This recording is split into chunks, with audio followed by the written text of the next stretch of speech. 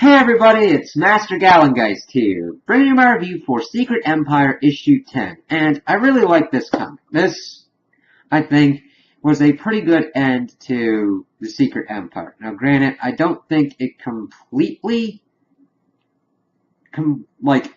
there's still some lingering questions, of course, going on that this issue ends on for the event, but I know that we get other comics out there that kind of answer our questions for us. But I think it did a good job wrapping up the core conflict and just getting us into a new place to kind of see where we can go from here.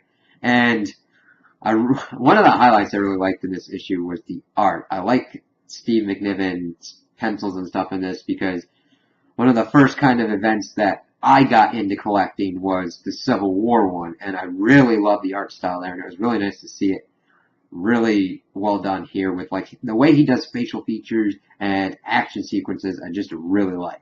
So we start off and we see Steve in his Hydra Captain America armor telling everybody to stand down, and I really like how they have tried to, granted they have kind of escalated him to appropriate kind of Hydra levels, but they still kind of keep traces of Steve alive as he is trying to talk the assembled heroes to stand down and join him in what he's doing, because he's now powered by pretty much a mostly completed cosmic cube. So they kind of have a pretty big power imbalance, and it's kind of cool because we also see like Spider-Man and Tony kind of talking, and Spider-Man's like, aren't you kind of mad that he kind of stole your stick with like the armor and everything? Like, yeah, I know. So it was really cool seeing those lines while Steve's trying to like get everybody on his side, but of course they're at this point like, we're going to stop you right there. And seeing Hawkeye be the one to do the Avengers Assemble thing was pretty cool, doing it for Nat. So they go in charging, but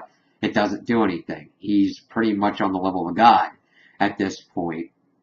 And he just makes short work of them and does what he said he was going to do. Changes it to show what he believes is the real world, powered by Hydra. Wiping pretty much everybody out that was like fighting him, and it was interesting to see the changes in the Lincoln Memorial, seeing the headline of papers of Dr. Doom leading the Fantastic Four with Hydra, seeing Charles and Magneto being executed, seeing Spider-Man's origins kind of changed as well. It's like, oh, that's interesting.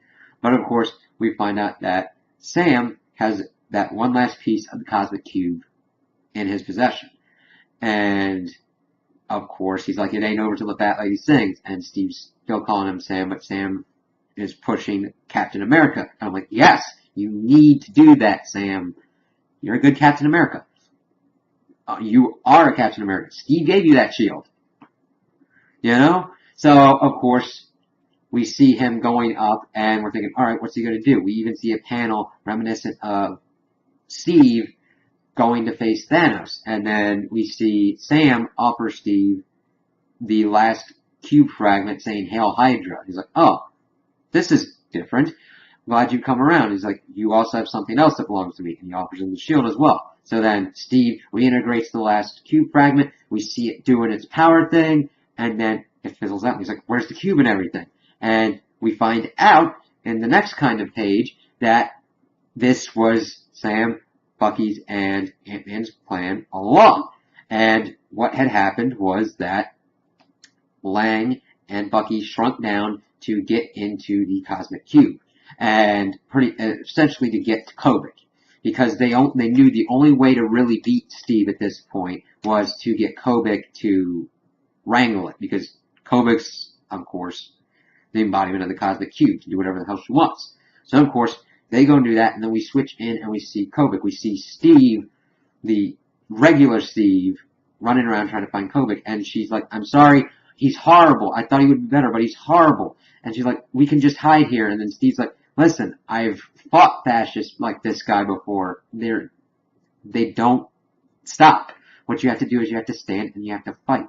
And I know you're scared, but I'll help you. I will stand with you. And I'm like, yes, Steve Rogers. That's the Steve that I know. And of course, he's taking Kobik out, and then he hears Bucky and everything. Bucky grabs his hand and pulls them out. And Bucky's like, hey, you gotta contend with her. And she completely changes everything that Steve did. Hydra, I'm gonna refer to him as Hydra Cap at this point, because we get introduced that Kobik also brought Steve, Captain America, back.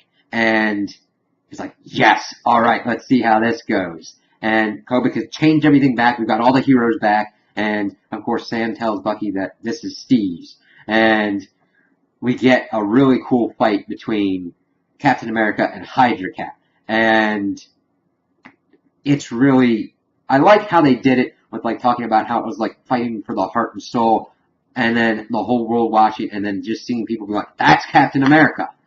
That's who it is. And I'm glad that they had him in his regular old Captain America outfit, and just seeing him fight him, get the shield. Also have the panel kind of posed like him and Tony had in the Civil War, where he's got like the armor and he's doing a palm blast, and Steve's got the shield up, and of course reflecting it black, and of course they keep fighting on, and then we see an important part because we had seen that Hydra Cap was able to lift Thor's hammer. But we get more information here in showing that Madame Hydra, Elisa, had used a cube fragment to change the inscription, saying that whoever be strongest would wield the power of Hydra. And that is how Hydra Cap was able to wield Mjolnir.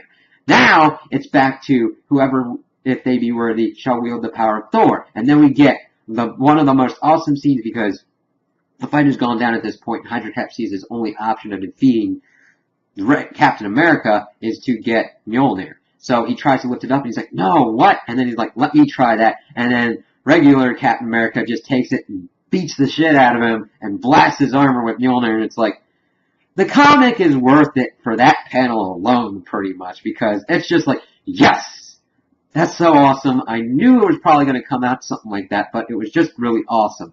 So they defeated Hydra Cap, and of course he's like, well, I told him this stuff didn't belong to him. He gives the shield back to Sam, and he gives Mjolnir back to Thor. And it's like, yes, our heroes had won. And seeing like everybody get back to normal, we see Brian McAllister, the guy that had thrown up the cube fragment, going back to his house, seeing that it had been like, of course, graffitied and all that, and they're just kind of like glad that they're out and everything. And then it's pretty cool to see him wake up and see that the neighbors are helping to rebuild his house and everything, and everybody's just kind of like getting back to normal, because Kobik has pretty much put everything back to where it was, sent our heroes on their Generation Comics excursions with their other like predecessors and all that, and but we still have Las Vegas gone, we still have the Black Widow and Rick Jones and all that gone, so there have been repercussions. Now granted, we don't know exactly what has happened with Hydra Cap and regular Cap. That's kind of like my only kind of like sticking point. We don't know exactly what's going on, if these Steves need to be reunified, if they're two separate Steves now, what's going on with that. But that can be done with, of course, I believe they're doing a series after this, like an Omega series or whatnot, kind of dealing with that. And I heard that also a Deadpool comic also referenced what was going on, that they had captured the imposter Steve Rogers and all that. But I really liked how this comic ended, showing that the people were coming back to help their neighbor and everything, and seeing the kids play with a Captain America Sam Wilson doll. I was like, yeah, that's pretty cool. So I kind of liked how this ended, because with events like this, you usually have to have it at a scenario where it's changed the status quo enough that you can do some new and exciting things, but not so much drastically that people feel that they are lost.